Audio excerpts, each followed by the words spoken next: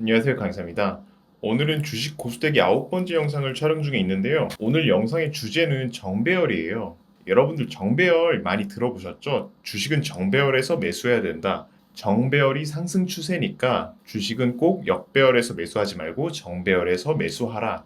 이런 말들 많이 들어보셨을 거예요. 그래서 정배열이 뭔지, 무엇을 정배열이라고 하는지 어느 정도 알고 계신 분들도 굉장히 많으실 거라 생각하는데, 일단 정배열을 보고 상세히 해석이 가능하고, 아, 이 부분이 매수 급소구나, 이 부분에서 매수를 하면 되겠다, 요렇게 판단되시는 분들은 오늘 영상을 안 보셔도 되지만, 정배열에 대해 자세한 내용을 모르시고 매수 급소를 찾을 줄 모르시는 분들은 오늘 영상을 꼭 시청해 주시길 바랄게요. 많은 도움이 되실 거라고 생각합니다. 그리고 오늘 영상 보시기 전에 이동평균선에 대해 먼저 아셔야 되거든요. 만약에 이동평균선에 대해 잘 모르시는 분들은 요거 주식 고수되기 5번째 영상 이동평균선 보는 법, 요거 먼저 보시고 이번 영상을 시청하시는 거를 권해드릴게요. 자, 그럼 정배열이 뭔지 제가 설명을 해드릴 건데, 일단 정배열이 뭐냐면은 장기 이동평균선 121선이 제일 밑에 위치하고, 이 검은색 선이죠. 그 위로 21선, 노란색 선이죠. 그 위로 5일선, 분홍색 선이죠. 선 색깔은 아마 저랑 다르실 거예요. 선색은 본인들이 다 설정 가능하니까 꼭 이 색깔이 아닐 수도 있어요. 이렇게 이평선들이 순서대로 5, 20, 120 이렇게 나열되어 있는 거를 정배열이라고 하거든요. 이렇게 보면 헷갈리시니까 제가 이미지로 한번 설명을 해드릴게요. 네, 요게 정배열이라고 하는데, 장기 이평선, 중기 이평선, 단기 이평선 이렇게 요 순으로 돼 있는 거를 정배열이라고 하는데, 근데 보통 장기 이평선 121선이라고 표현을 하는데 중기 이평선을 61선으로 표현을 하시는 분들도 많고 단기 이평선을 21선으로 표현하시는 분들도 많아요. 그래서 20, 60, 120이 될 수도 있는데, 저는 주식에 있어서 5일선과 21선이 굉장히 중요하다고 생각하거든요. 그래서 제가 오늘 설명드리는 정배열의 기준은 5, 20, 120이 되니까 그 부분은 여러분들이 고려하시면서 영상을 시청해 주시길 바랄게요. 일단 이동평균선이 뭔지는 여러분들 다 아시죠? 이 영상 보셨다고 가정을 하고 이동평균선 설명은 제가 빠르게 넘어가도록 할게요. 간단하게만 설명드리면은 121선은 120일 동안의 주가의 평균 값을 선으로 이은 거고, 21선은 20일 동안의 주가의 평균 값을 선으로 이은 거고, 5일선은 5일 동안의 주가의 평균 값이겠죠.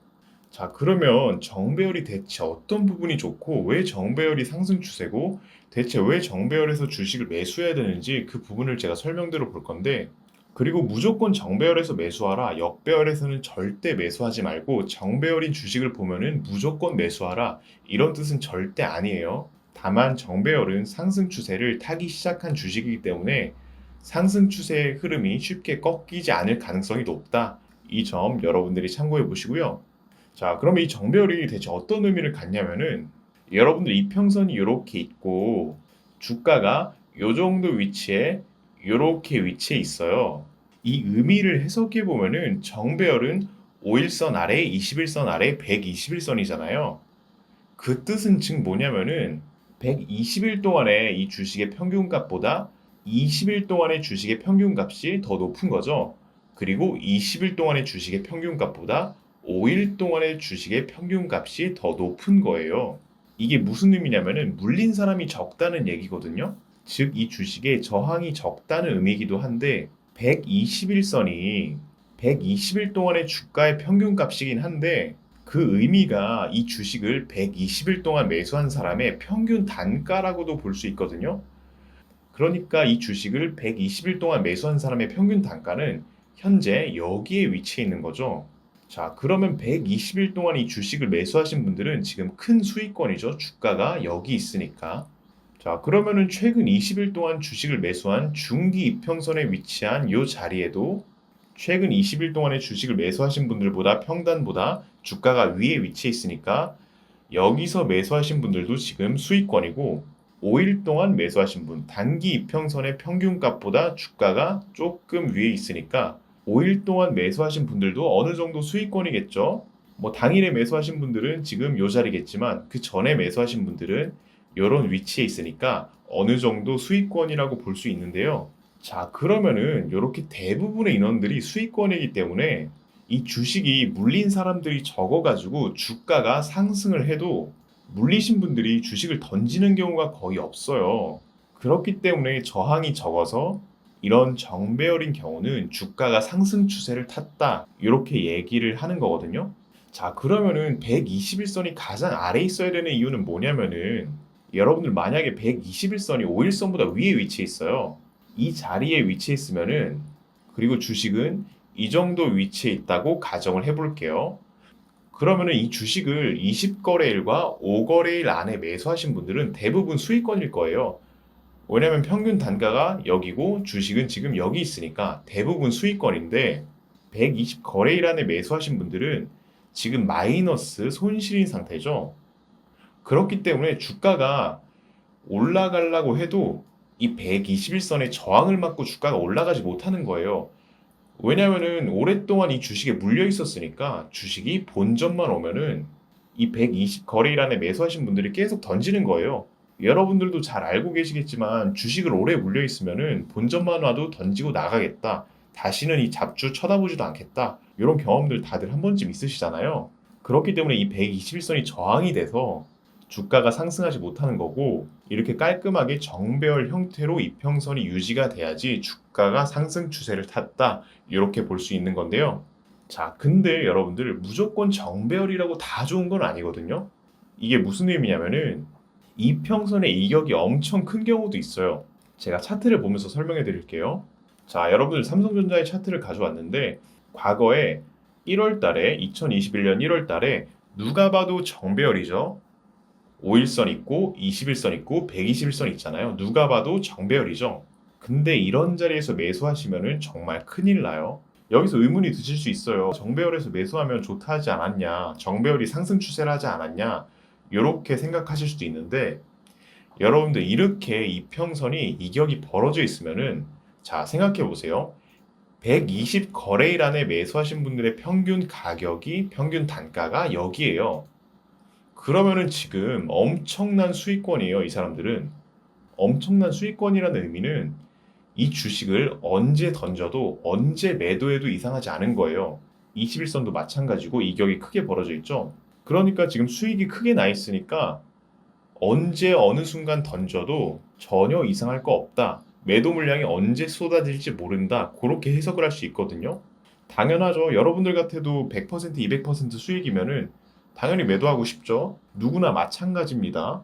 그래서 이러한 이격이 벌어진 정배열에서는 초보자분들은 웬만하면 매수를 하시면 안 되고 고수분들은 뭐 이런 자리에서 단타 치시기도 하시는데 초보자분들이라면은 웬만하면은 이런 자리부터는 매수를 안 하시는 게 좋아요. 자, 그러면은 여기서도 매수하면 안 되면 대체 매수 급소가 어디냐?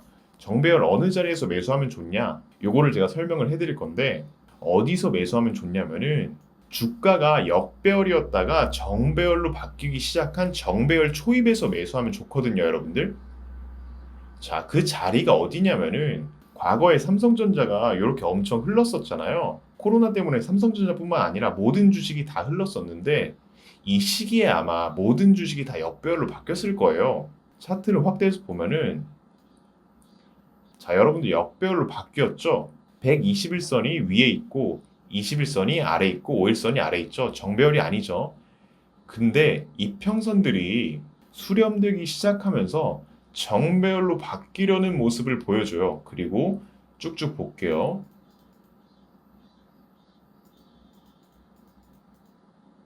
자, 보시면은 이 순간 완벽하게 정배열로 바뀌었죠. 5일선 위, 21선 중간, 121선 맨 아래.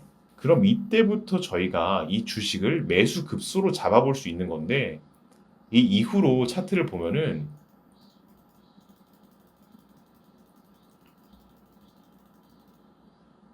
이렇게 정배열로 바뀐 이후로 상승 추세가 꺾이지 않고 주가가 쭉 상승해주는 모습을 볼 수 있죠. 종목 하나 더 볼게요.